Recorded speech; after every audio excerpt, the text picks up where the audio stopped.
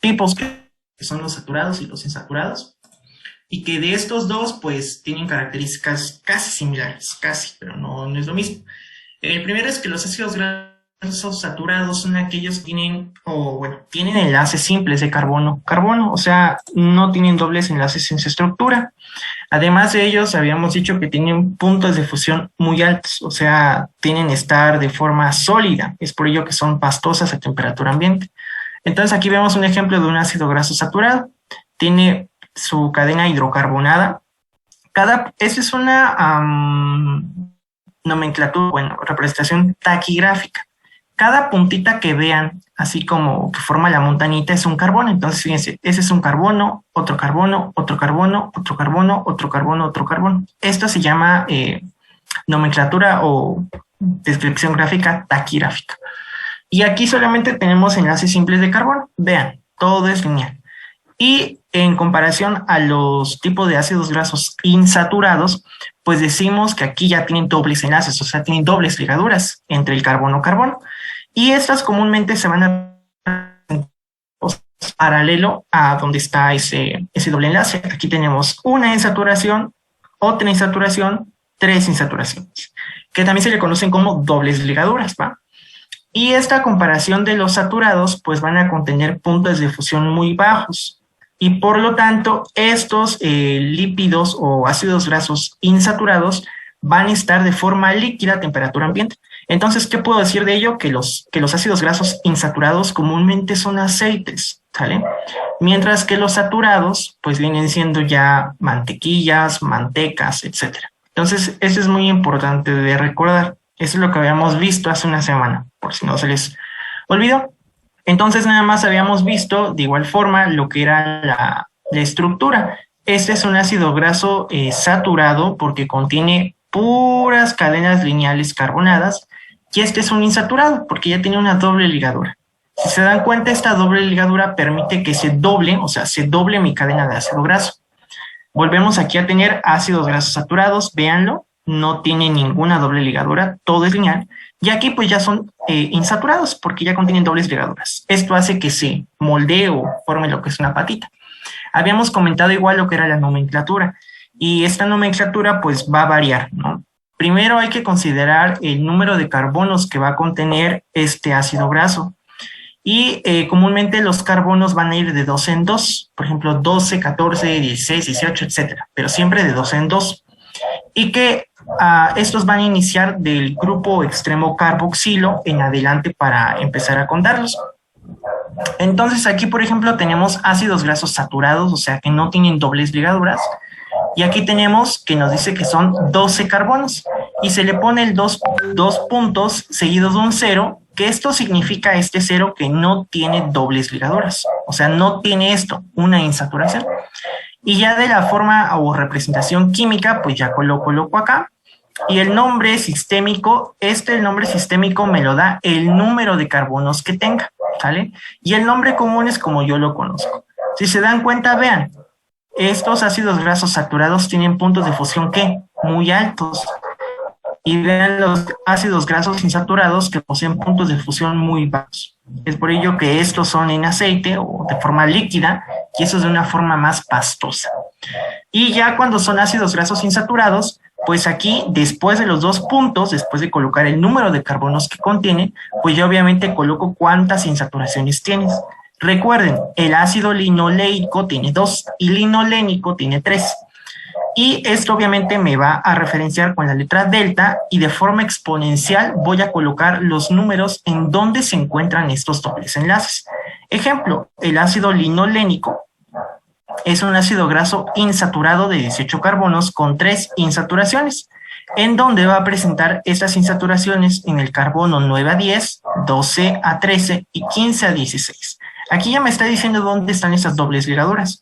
Y aquí de la fórmula química reducida, aquí lo puedo ubicar. Acuérdense, siempre voy a contar desde el extremo carboxilo en adelante. Por eso es que igual en algunos libros van a encontrar los carbonos alfa, beta, delta, y es por esta relación. Este sería el carbono alfa, el primero, el carbono beta, el segundo, y así sucesivamente hasta llegar al omega. que el omega es el último carbono antes del grupo metilo, que es el CH3, ¿va? Entonces, nada más para que sepan esto, lo que habíamos visto la clase pasada el viernes, hace 10 días, no me acuerdo, y ya, ¿va? Ok, entonces aquí tenemos otra tabla, igual es el Harper, en donde vemos el nombre común, el nombre sistémico y pues qué importancia tiene, ¿no? Yo les podría decir, apréndanse el linolénico y el linoleico, o sea que uno tiene 3 y el otro tiene 2 insaturaciones, y obviamente el ácido araquidónico que ahorita vamos a ver. Entonces, vamos ahora sí a ver el tema. En cuanto a la clasificación de los lípidos, ya habíamos visto muchas clasificaciones, comentábamos 3, pero el día de hoy vamos a ver esta, la cual me interesó, porque aquí vamos a clasificarlo de acuerdo al grupo funcional que va a contener. Entonces, estos lípidos se van a dividir, por así decirlo, en 2 partes, que son ácidos grasos y obviamente los isoprenoides, que vamos a ver mañana. De estos, los isoprenoides, pues tenemos los que derivan de los esteroides, de las vitaminas liposolubles, que ya vieron que es la A, la D, la E y la K, y los terpenos, ¿sale? Esos son los grupos de los isoprenos porque van a contener en su estructura este grupo llamado isopreno. Los ácidos grasos se dividen, entonces puedo tener los eicosanoides, que son aquellos que derivan del ácido araquidónico. Acuérdense que eco significa 20, ¿sale? Por eso es ácido eicosanoide, o sea, de 20 carbonos. Tenemos los triacilgliceroles, que de igual forma ya lo comentamos.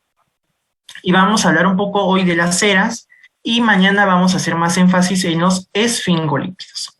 De estos tenemos los glicerofosfolípidos, que a su vez se dividen en plasmalógenos y en fosfatidatos, que estos fosfatidatos van a depender de la estructura de la cantidad de compuestos que van a contener, y que estos pueden ser de diferente familia.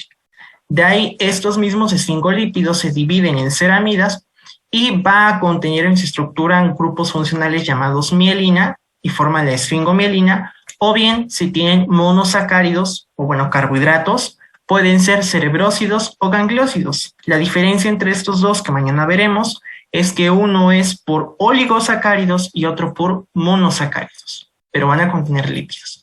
Entonces, de esta manera yo puedo clasificar a los lípidos, sí, ya me da una estructura general y qué es lo que voy a ver. Habíamos comentado igual sobre lo que eran los lípidos complejos y los simples. A partir de hoy vamos a ver ya los lípidos complejos y la relación que van a tener. Ok, bueno, ya nada más, como ya faltan pocos y yo sé que ya faltan pocos días y ya no nos vamos a ver. A ver, participación. Alguien que me diga cómo se llama esta molécula. Levante su manita o hable. ¿Cómo se llama esta molécula? ¿Nadie sabe cómo se llama esa molécula? Bueno, sale. A ver, Andrea. Es un ácido graso. Esta. Ajá, por eso, ¿no? No es una molécula de glicerol, perdón. Es glicerol y 3 ácidos. Y la de abajo es un ácido graso. Muy bien, perfecto. Sale. Muy bien, Andrea. Acuérdense, esta es una molécula de un glicerol, ¿sale?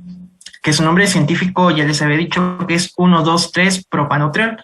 El glicerol obviamente va a contener en su estructura 3 grupos OH, que esto le va a permitir que sea polar.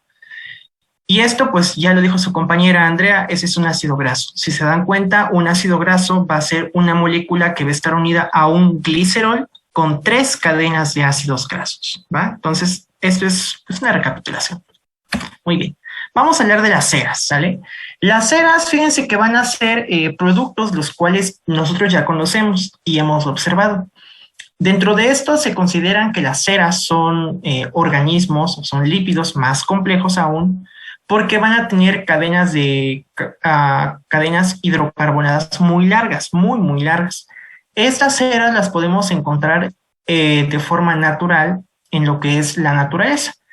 Ejemplo de ello lo podemos ver en lo que son algunas plantas, en algunos animales para formar lo que es su estructura, su casa, y obviamente en cierto pelaje de algunas aves.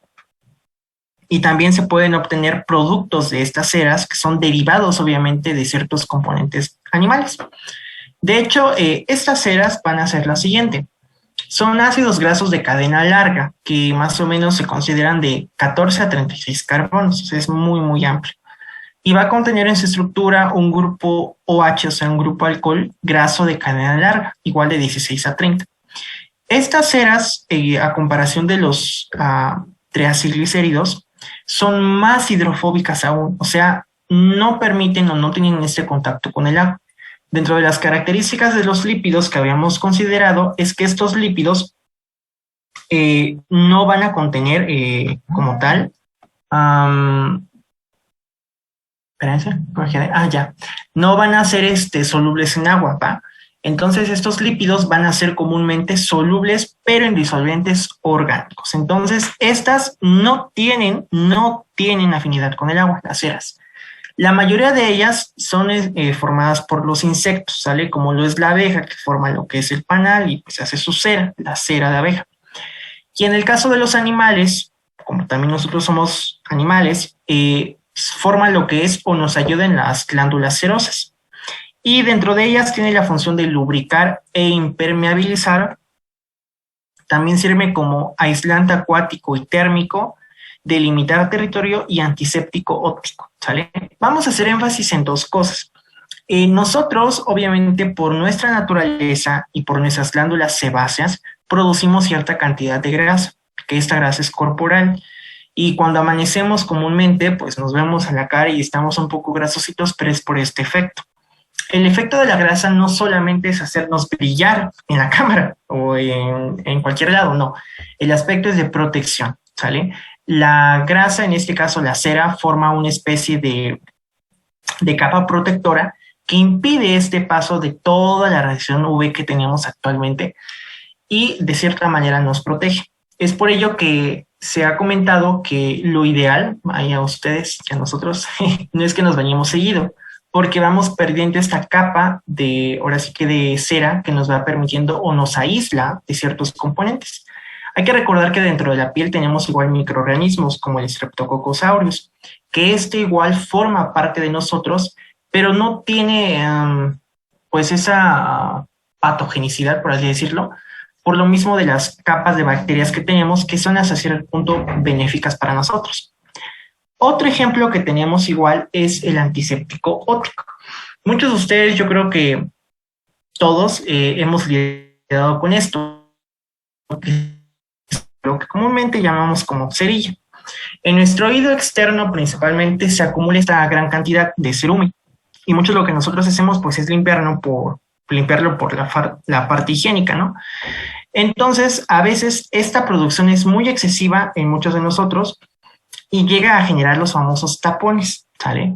Ahora, yo creo que muchos de ustedes han sufrido esto y si no, pues espero y lo experimenten, de que te quedas así literalmente, o sea, no oyes, ¿sale? O sea, literalmente no oyes, ves, pasan días, no, te entró agua, dices que te entró agua, que etcétera, ¿no? Y es una sensación muy fea porque este tapón de cerumen, pues es un tapón y te tapa totalmente y no permite, obviamente, ahora sí, la conducción de las ondas auditivas y por lo tanto del sonido. Entonces, este tapón de cerumen, muchos lo que hacen es, pues, quitarlo, ¿sale? Y lo que hacen es agarrar el cotonete y nada más lo que hacen con el cotonete o el hisopo es meterlo más, o sea, meterlo ya al oído casi interno o al oído medio y pues de esta forma va afectando a nosotros. Entonces, cuando tienen que ir con el otorrino, pues, o ustedes mismos, tienen que primero retirar o por lo menos ablandecer ese tapón porque es una cera. Entonces, lo que hacen es colocar agua, ¿sale? Y muchos de ustedes creo que agarran el agua fría y se le echan. No, se coloca agua calientita porque de esta manera ablanda, como es un lípido, ablanda este cerumen. Y ya, después de un rato van a ver cómo ¡fum! Va a salir todo cero. Pero hay una fórmula o hay una solución que es más práctica y es más rápida y que inmediatamente al colocártela, ponle tú, dependiendo qué tan tapado esté tu oído, pues ya se libera ese tapón de cerumen. Y que esta solución se le conoce como solución ótica. Esta solución ótica, además de contener un ahí se me fue.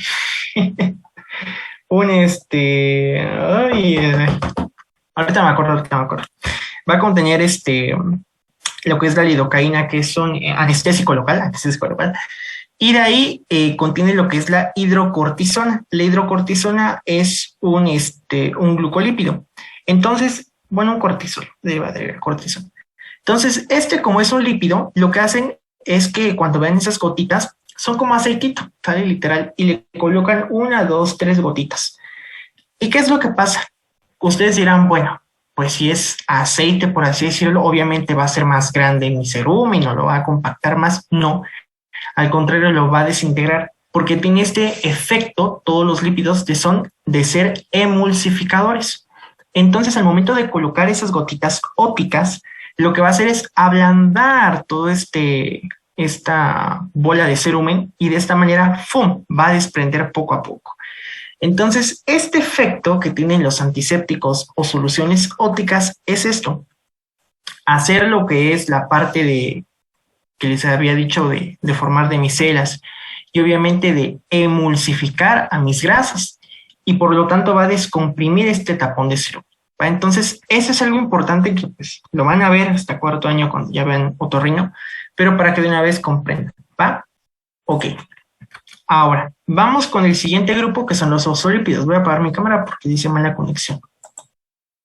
De estos fosfolípidos, miren, este es otro grupo y se le conocen como otro grupo complejo porque va a contener la siguiente acción y que de hecho cuando ustedes lo vayan o lo estén revisando ya en su literatura van a generar muchas controversias. Bueno, primero a estos fosfolípidos también se les conoce como el nombre de glicerofosfolípidos, así, glicerofosfolípidos, pues porque van a contener en su estructura glicerol o de igual forma fíjense, fosfoacilglicéridos.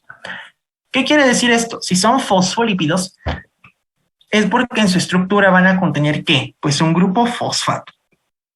Vamos a ver ahora cómo está estructurado este fosfolípido. Vean, esta molécula de verde, pues es lo que habíamos mencionado que es un glicerol. Entonces, un fosfolípido va a estar formado por un glicerol, 2 cadenas de ácidos grasos y en el tercer carbono del glicerol un grupo fosfato. Voy a colocarle aquí el puntero, bueno, el lápiz para que lo explique mejor. Este es el carbono 1 de mi glicerol, el carbono 2 y el carbono 3, ¿sale? Ay, ¿por qué le puse ese? 3. Entonces, el primer carbono se va a unir a una cadena de ácido graso saturado. Escúchenme bien, saturado. ¿Qué quiere decir esto? Que esta cadena de ácido graso no va a contener dobles enlaces en su estructura, o sea, va a ser lineal. Y que comúnmente esta cadena de ácido graso saturada va de 16 a 18 carbonos, ¿sale? No más, no menos. Mientras que en el segundo carbono del glicerol se va a unir otra cadena de ácido graso, pero a diferencia de la primera, esta es de tipo insaturada. ¿Qué quiere decir? Que va a contener un doble enlace en su estructura, como lo vemos aquí. Y esta cadena de ácido graso va de 16 a 20 carbonos, así de simple, de 16 a 20 carbonos. Y en el tercer carbono de mi glicerol se va a unir un grupo fosfato, que es el que vemos aquí. Este grupo fosfato, hasta ahí por así decirlo ya tenemos un fosfolípido, va a tener una parte polar y en esta parte polar es en el cual donde se pueden adherir otras moléculas y que estas moléculas van a generar o formar lo que son las cabezas polares. Entonces, cuando vean esta X significa el sustituyente, o sea, lo que voy a colocar. Entonces, por ejemplo, si yo a esta estructura, en esta X, le coloco un hidrógeno, entonces yo estoy formando el ácido fosfatídico. Y les comento, el fosfolípido más pequeño que existe es el ácido fosfatídico, porque solamente se le va a incluir un grupo hidrógeno en su cabeza polar. Entonces les recuerdo, el fosfolípido más pequeño que contenemos es el ácido fosfatídico. En cambio, cuando a este sustituyente yo le coloco un grupo etanolamina, que es entonces el fosfolípido se va a llamar fosfatidil etanolamina. Fosfatidil, o sea, termina en il y le colocamos el nombre en min. En cambio, si le coloco un residuo de colina, entonces se va a llamar fosfatidilcolina, que de hecho a este fosfatidilcolina se le conoce como lectinas. Ahora, si le coloco al aminoácido serina, entonces se va a llamar fosfatidilserina. Si bien le coloco un glicerol, pues va a ser fosfatidildilglicerol, o sea, porque ya tiene dos gliceroles. Y en cambio, cuando yo ya le coloco este grupo llamado inositol, entonces formo lo que es el fosfolípido fosfatidilinositol. Ahora, de esta manera, yo tengo ya la representación de estos fosfolípidos, ¿va? Y aquí tenemos otra imagen de otro libro, cómo se representa. Aquí tenemos, obviamente ya saben, la estructura, la que acabamos de ver, y el sustituyente, que si es un grupo hidrógeno, pues formamos el ácido fosfatídico. Si le coloco un aminoácido serina, pues va a ser fosfatidilserina. O si coloco molécula de inositol, pues va a llamarse fosfatidilinositol. ¿Cuáles son las características o funciones más importantes de estos fosfolípidos? Primero, que va a ser el principal y el mayor lípido que va a formar.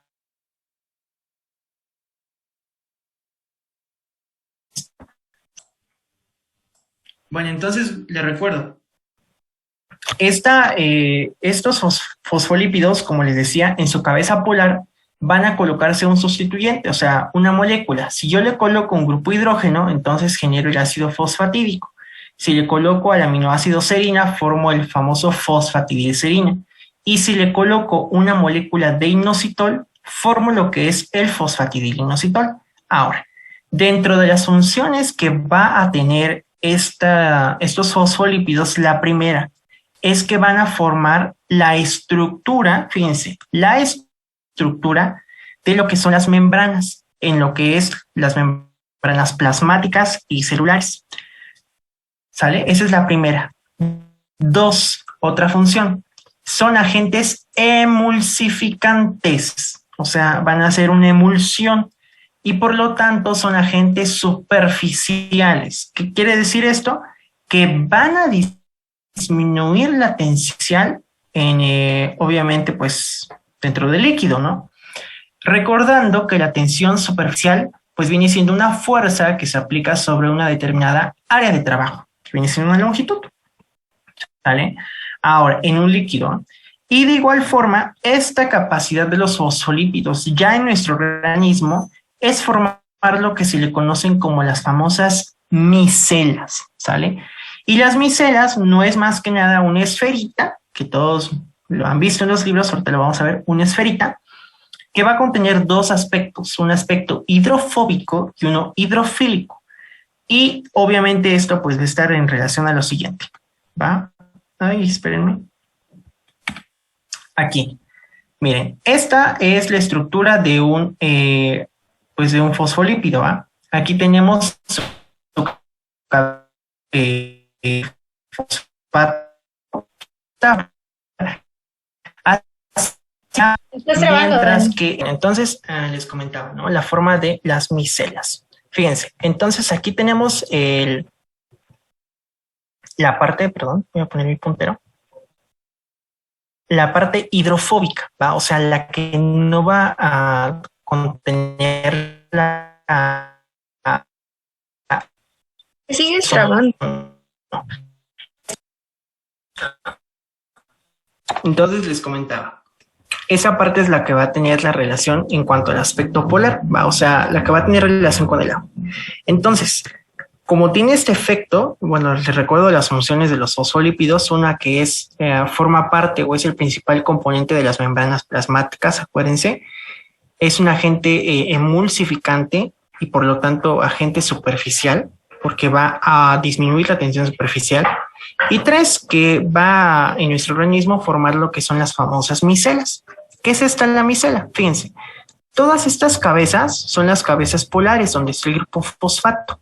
Y esta es la que va a estar en contacto con el agua, mientras que las cadenas de ácidos grasos son las que van a estar en el centro, o sea, las que no van a tener relación con el agua, porque son anfipáticas, ¿vale? Y de esta manera es como se forma, ¿va? Aquí tenemos la emulsificación en el aceite. ¿Qué pasa cuando esta solución o este lípido va ahora sí que a ponerse en contacto con un aceite o con un agua? Obviamente, ¿qué va a hacer? Que la parte que sea hidrofóbica, o sea, la que no está pareada con el agua, pues se vaya a esta parte donde esté el aceite, o sea, la fase no polar, mientras que la parte que es hidrofílica, que va a tener relación con el agua, pues vaya estando en la parte acuosa. Y ya, de esta manera van a formar lo que son dos tipos de capas, ¿no? Las multilaminares y las unilaminares. Esto pues obviamente va a ser en el famoso liposoma. Y obviamente aquí está la bicapa lipídica. Si se dan cuenta, en el centro está la parte hidrofóbica, que son las cadenas de ácidos grasos, y en la parte externa la parte polar, que es la parte que está en relación con el agua. ¿Va? Ok. Ahora, pues aquí vemos lo mismo. Vean cómo está estos lípidos, forman lo que es una micela. Fíjense cómo está la micela. Aquí está por dentro. La parte polar, las cabezas de fosfato, y adentro las cadenas de ácidos grasos. Que posteriormente esto pues va a generar lo que es las vesículas, el liposoma, etcétera, ¿va? Entonces, eso es muy importante. Y también nada más para recordarles que dentro de estos pues fosfolípidos que tenemos, hay unos que vamos a revisar o van a verlos mucho, que es el fosfatidilinositol. El fosfatidilinositol, desde ahorita recuérdenle, va a cumplir la función de ser un segundo mensajero, ¿sale? En la vía de activación de las proteínas G. Este fosfatidilinositol, su nombre científico es inositol 1,4,5 trifosfato, ¿sale? Ese es su nombre científico, el inositol 1,4,5 trifosfato, y que va a tener la función de ser segundo mensajero. Y también tenemos otro que es el diacilglicerol, y que igual es otro segundo mensajero, ¿va? Muy bien. Ahora, ¿qué otra relación clínica es que van a tener estos fosfolípidos en el cuerpo humano? Y eso es muy importante. Pongan mucha atención. Dentro de esta parte de los fosfolípidos existe una molécula llamada, escúchenme bien, dipalmitoilfosfatidilcolina, ¿sale? Le voy a poner en el chat para que la vean todos. Dipalmitoil, así se escribe, dipalmitoilfosfatidilcolina. Dipalmitoilfosfatidilcolina. Esto ya, si ya lo vieron, creo que ustedes en el capítulo 14, creo, de sistema respiratorio en el ROS, entonces ya creo que vieron esa laminilla de pulmón en el laboratorio de ISO, entonces pues ya saben. Entonces, existe lo que se le conoce como el síndrome de insuficiencia respiratoria neonatal, pero vamos a explicar qué es esta famosa sustancia que es el dipalmitoilfosfatidilcolina. El dipalmitoilfosfatidilcolina es el principal componente del famoso surfactante, que el surfactante que se produce en los alveolos, principalmente en los neumocitos tipo 2, va a tener la función de ser un agente tensoactivo. ¿Qué quiere decir esto?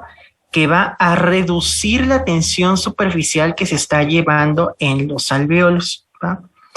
Entonces, cuando un niño es prematuro, por eso es síndrome de insuficiencia respiratoria neonatal, cuando un niño es prematuro y carece de este surfactante, ¿qué es lo que va a pasar por lógica? La tensión superficial, ¿qué va a pasar con ella? Alguien que me diga. ¿Qué va a pasar con la tensión superficial? ¿Va a aumentar o va a disminuir? Disminuir. A ver, no. Fíjense, les voy a repetir de nuevo. Aumentar, ¿no? El dipalmitoilfosfatidilcolina forma parte de lo que es el surfactante, ¿sale? Y este surfactante propiamente es, quien lo produce son los alveolos pulmonares, específicamente los neumocitos tipo 2, y que este surfactante va a tener la característica de ser un agente tensoactivo. ¿Qué quiere decir este agente tensoactivo? Que va a disminuir la tensión superficial que hay básicamente dentro de los alveolos, ¿sale? Bueno, del epitelio alveolar. Entonces, si yo tengo un niño prematuro y el cual carece de este surfactante, o sea, no tiene la misma capacidad y cantidad de surfactante, ¿qué creen que pasará con la tensión superficial en los alvéolos, en los sacos alveolares? ¿Va a aumentar o va a disminuir? Ya dijeron la respuesta. Va a aumentar. Entonces, este síndrome de insuficiencia respiratoria se debe a que no existe o carece en este caso de lo que es el surfactante, el factor surfactante, ¿sale? Carece de factor surfactante o una cantidad. Y por lo tanto, ¿qué va a pasar con el niño? Pues se va a morir, se va a asfixiar. ¿Y por qué se va a asfixiar? Pues porque este síndrome lo que va a pasar es que aumenta la tensión superficial en mis alvéolos y de tal manera que las fuerzas de atracción que hay en esta molécula, pues ¿qué hace? Que tiende a colapsarse. O sea, mi alvéolo se colapsa porque tiene líquido y por lo tanto se asfixia el niño, ¿va? Y entonces, pues obviamente no hay este intercambio gaseoso, ¿no? Entonces recuerden esto, el dipalmitoilfosfatidilcolina es un fosfolípido que forma parte del agente surfactante, ¿sale? O del surfactante, como ustedes le quieran llamar, ¿va? Muy bien. Ahora, tenemos sobre estos fosfolípidos lo que son las fosfolipasas. Las fosfolipasas, como su nombre lo dicen, son unas lipasas. ¿Qué quiere decir esto? Que son enzimas. Estas fosfolipasas obviamente van a cortar los fosfolípidos, van a hidrolizar los enlaces en los glicerofosfolípidos o fosfolípidos. De estas fosfolipasas tenemos básicamente 3 isoformas: la fosfolipasa A, la fosfolipasa B y la fosfolipasa C. ¿Pero qué creen? Que cada fosfolipasa va a tener diferente función de acuerdo al lugar donde va a actuar. En este caso, la fosfolipasa A con la fosfolipasa B van a actuar en el carbono 1 o 2 del glicerol de mi fosfolípido. O sea, puede actuar aquí o puede actuar acá. Fíjense, ese es el carbono 1 y ese es el carbono 2. Entonces aquí están actuando, ¿sale? Mientras que la fosfolipasa B va a actuar en lo que es igualmente los enlaces éster del carbono 1 y del carbono 2. Viene siendo casi la misma función de la A y la B. Y por último, la fosfolipasa C y la D van a actuar ya a nivel de lo que viene siendo el grupo fosfato, ¿sale? En lo que es el ácido fosfatídico, que pues es el más pequeño que tenemos, ¿no? Dentro de ellos, la que me importa más, o que ahorita vamos a conocer y cuál es la función que tiene, es la famosa fosfolipasa A2. Esta fosfolipasa A2 va a estar en lo que es el metabolismo del ácido araquidónico, ¿va? Entonces recuerden, las fosfolipasas tenemos 3 tipos de fosfolipasas: A, B y C. La A y la B van a actuar a nivel de lo que es el carbono 1 y el carbono 2 del glicerol, mientras que la fosfolipasa C y la D van a actuar, como su nombre lo dice, fosfodiesteras, o sea, en el enlace de tipo éster del fosfato, que es este de acá. Ok. Ahora, ¿cuáles son las funciones de las fosfolipasas? Dentro de las primeras es la remodelación de membranas. ¿Por qué? Porque van a permitir una flexibilidad en las membranas obviamente, de mis fosfolípidos. También la transducción de señales, porque a partir de ellas es cuando se da origen a la síntesis de algunos mensajeros o algunas hormonas. Ejemplo, el inositol 1,4,5-trifosfato, también llamado IP3, trifosfato de inositol, o bien el diacilglicerol, que se abrevia DAG, ¿sale? Que estos van a derivar, que son segundos mensajeros, ¿va? Y obviamente la digestión, porque a comparación de las proteínas que la digestión inicia en el estómago o en los carbohidratos en la boca, en los lípidos va a iniciar en el intestino delgado por el efecto de emulsificación de sales biliares, que vamos a ver ese tema después. Ahora, vamos a nada más a comentar rápido de los eicosanoides, ¿va? Los eicosanoides, como les digo, pues son, eico significa 20. Estos eicosanoides son aquellos que derivan del ácido araquidónico.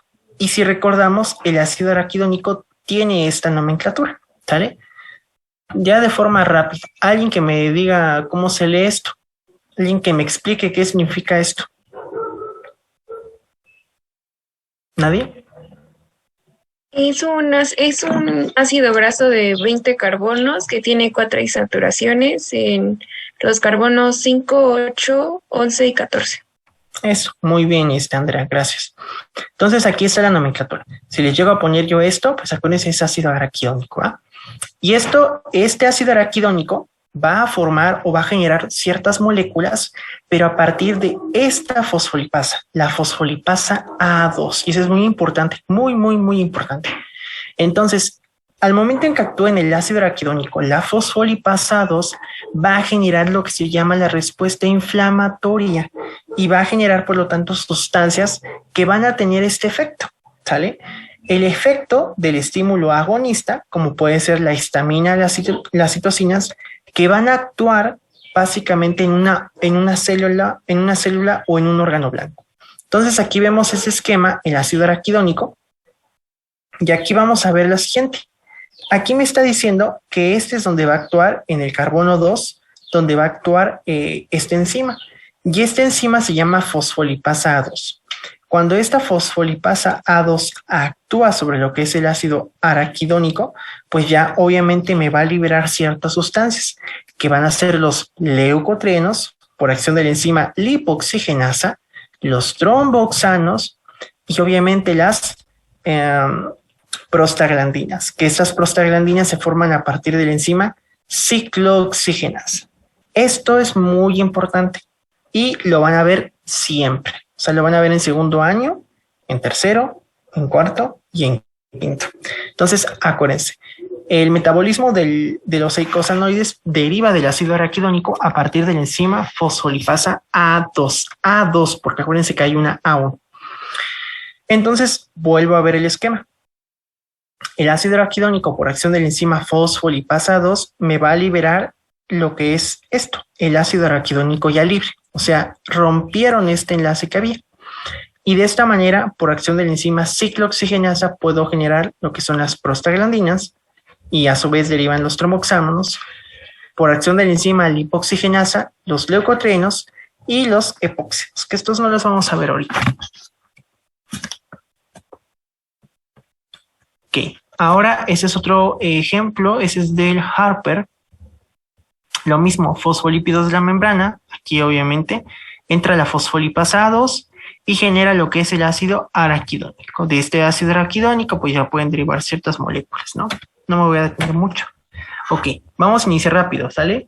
Las prostaglandinas son las primeras. Estas prostaglandinas van a formar o tener el efecto proinflamatorio, ¿sale? Proinflamatorio. Y lo que van a tener es causar dolor y fiebre. Estas prostaglandinas van a formar parte o van a sintetizarse a partir de la enzima ciclooxigenasa. ¿Y cuáles son las funciones que van a tener? Las prostaglandinas van a ser vasodilatadoras y también se aumentan, o sea, la distensión del calibre sanguíneo. Por lo tanto, va a aumentar la permeabilidad vascular, ¿vale? Estas prostaglandinas se abrevian de la siguiente manera, PG. Y tenemos muchas isoformas, PGI, PGE, PGD. Dentro de las más importantes, la prostaglandina F va a tener acción en el útero, o sea, va a ser uterodilatadora. La prostaglandina E2 va a tener el efecto de hiperbaralgesia, o sea, más allá del dolor que comúnmente tenemos. Y la prostaglandina D2 va a actuar sobre los mastocitos. Entonces, vean. Estas son las características generales de las prostaglandinas. Son vasodilatadoras porque aumentan lo que es esta permeabilidad y distensión vascular. Van a estar relacionados con un segundo mensajero que es el AMP cíclico y van a actuar las interleucinas. Cuando ustedes ya en segundo año lleven anatomía patológica, van a leer el tema de lesión y reparación celular y también inflamación, no me acuerdo. Pero dentro de las interleucinas, las interleucinas proinflamatorias, recuérdenselo, es la interleucina 1, la interleucina 2 y la interleucina 6. Esas son las famosas interleucinas proinflamatorias. ¿va? Entonces estas son las prostaglandinas. Y aquí es en donde actúa el famoso fármaco que ustedes ahí siempre lo ponen de memes, el misoprostol, ¿sale? El misoprostol va a ser un agonista. ¿Qué quiere decir esto? Que favorece un agonista de las prostaglandinas. O sea, va a tener un efecto vasodilatador mayor. Otra sustancia que tenemos es los tromboxanos. Los tromboxanos van a estar principalmente en las plaquetas, ¿va? O sea, el ácido araquidónico, ya que se formó por la fosfolipasa A2, van a generar lo que es los tromboxanos que van a estar presentes en las plaquetas. Entonces, vean este esquema. Ácido araquidónico, por acción de la ciclooxigenasa, forma las prostaglandinas.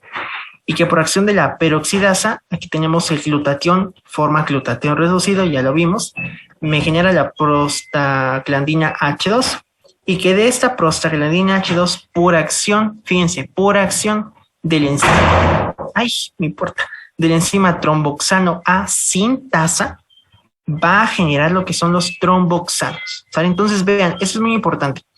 Por acción del enzima tromboxano A sintasa se forma el tromboxano. Y dentro de ellos, el más común que vamos a obtener es el tromboxano A2. Y este tromboxano A2, a comparación de las prostaglandinas, va a tener un efecto de tipo vasoconstricción. O sea, va a cerrar mis vasos. Y también, si está presente en las plaquetas, pues que va a tener una agregación plaquetaria. O sea, que todas las plaquetas se junten, se aglomeren, ¿va? Entonces, ese tromboxano A2 va a generarse, les recapitulo, por acción de la enzima tromboxano A sintasa, que va a convertir esta prostaglandina, obviamente de la E2, que es con la que yo parto, que es la H2, algunos la toman, y genera el tromboxano A2, que tiene efecto de vasoconstricción y agregación plaquetaria. Yo les recomiendo que se acuerden bien cuál es la enzima que forma cada uno y la función que tiene cada sustancia, ¿eh? Ahora, el último, los leucotrenos. Los leucotrenos van a tener una función de ser quimiotácticos potentes. ¿Qué significa esto? Que van a traer, o sea, van a traer la inflamación, literal. ¿Qué quiere decir esto? Que es como, por ejemplo, la policía. Imagínense que cuando llega la policía a un accidente automovilístico, ¿qué hace la policía? Inmediatamente jala la atención de todos los espectadores que estamos ahí para ver qué es lo que está pasando, ¿sale? Entonces, esto hacen los leucotrenos. Son quimiotácticos, o sea, jalan a sustancias que vengan al sitio donde se está llevando a cabo la inflamación. Los efectos que van a tener los leucotrenos son de tipo vasoconstricción y broncoconstrictores. O sea, van a tener ya un efecto de tipo pulmonar. Esos leucotrenos van a ser lo que es el leucotrenos C4, D4 y E4. Esas son las abreviaciones.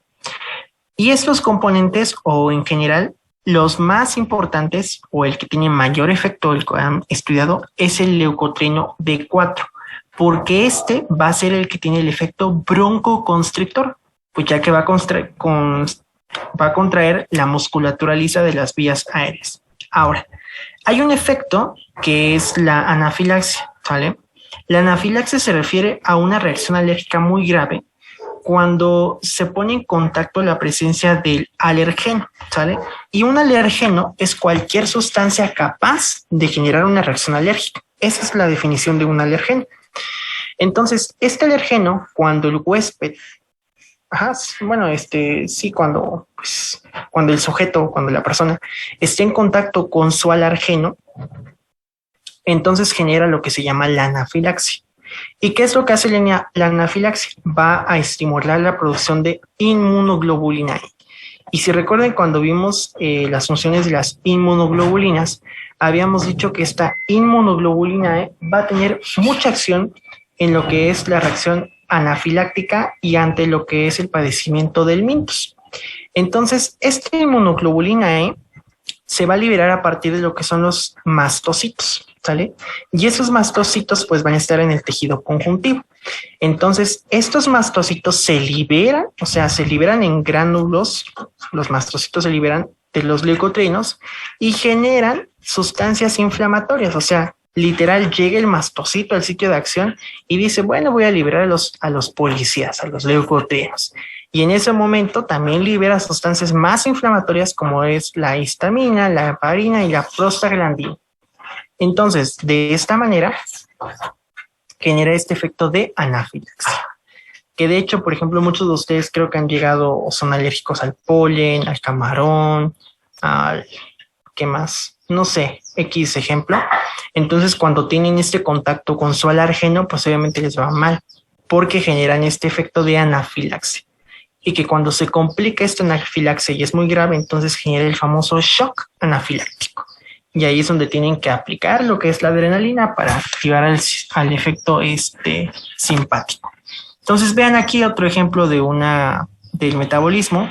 Tenemos el ácido araquidónico, la fosfolipasa 2. Obviamente genera esto y por acción de la lipoxigenasa genera los leucotrienos y por acción de la ciclooxigenasa a lo que son las prostaglandinas y tromboxanos. Y este es un esquema que ustedes van a conocer el siguiente año en lo que es anatomía patológica en el libro de Robbins. Y aquí tenemos lo mismo. Fíjense, aquí la fosfolipasa A2, ya saben, genera el ácido araquidónico, el cual por acción de la enzima ciclooxigenasa me va a generar la prostaglandina, o bien por acción de la enzima tromboxano asintasa me generan los tromboxanos, ¿va? Vean, diferentes características. Prostaglandina es vasodilatadora y tromboxano es vasoconstrictor. Prostaglandina, ¿qué me ayuda? La inhibición inhibe la agregación plaquetaria, los tromboxanos inducen la agregación plaquetaria.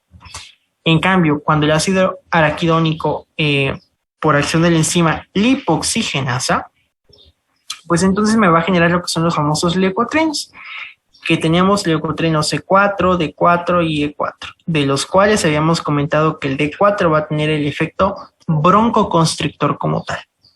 Y de hecho, así quedaría, ¿va? Ahora vean aquí, me ponen unas X. Estas X significan los inhibidores, o sea, los fármacos que van a actuar ahí. Ejemplo, en la fosfolipasa, si yo no quiero tener inflamación porque todas estas sustancias se generan, rápidamente y sencillamente, con un esteroide, yo inhibo toda esta reacción. Ya, inhibo con un corticosteroide, ya sea de corta, mediano o largo plazo. Cortisona, dexametasona, hidrocortisona, etcétera, yo inhibo totalmente. Pero cuando vean el efecto de los corticosteroides, ahora obviamente en nuestro organismo, pues tienen muchas acciones secundarias. Entonces, para los años 1900 se crearon lo que fueron los AINES, los antiinflamatorios no esteroideos. Y estos antiinflamatorios no esteroideos van a actuar inhibiendo esto a partir de la ciclooxigenasa, que la abreviación de ciclooxigenasa es COX-1 o bien COX-2. Y aquí es en donde van a actuar todos esos fármacos de farmacia que ustedes ya han conocido, que pues son los AINES, como lo son el paracetamol, el ácido acetilsalicílico, que es la aspirina, la indometacina, etc. Estos fármacos son antiinflamatorios, al igual que el ibuprofeno, ¿no? Entonces, ellos van a actuar a nivel de la ciclooxigenasa y al momento de inhibir la oxigenasa, inhiben este proceso de la inflamación que, pues, de forma breve vimos ahorita, ¿sale? Ejemplo de ello, la COX-1. En la COX-1 actúa principalmente la aspirina, el paracetamol, el naproxeno, actúan a nivel de la COX-1, ¿sale? Pero actualmente los inhibidores más potentes, fíjense, los fármacos más potentes que paran este proceso de inflamación son los que actúan a nivel de la COX-2. Y estos de la COX-2, un ejemplo de fármacos es el famoso... Ahí, lo tenía aquí en la punta de la lengua. El Celecoxib, ¿sale? Así se le conoce, Celecoxib. El Celecoxib es un fármaco que actúa inhibiendo específicamente la COX-2, ¿va? Y listo. Bueno, ya hasta aquí la dejamos porque ya me pasé de la hora. Y mañana nos estamos viendo ya para acabar química de lípidos.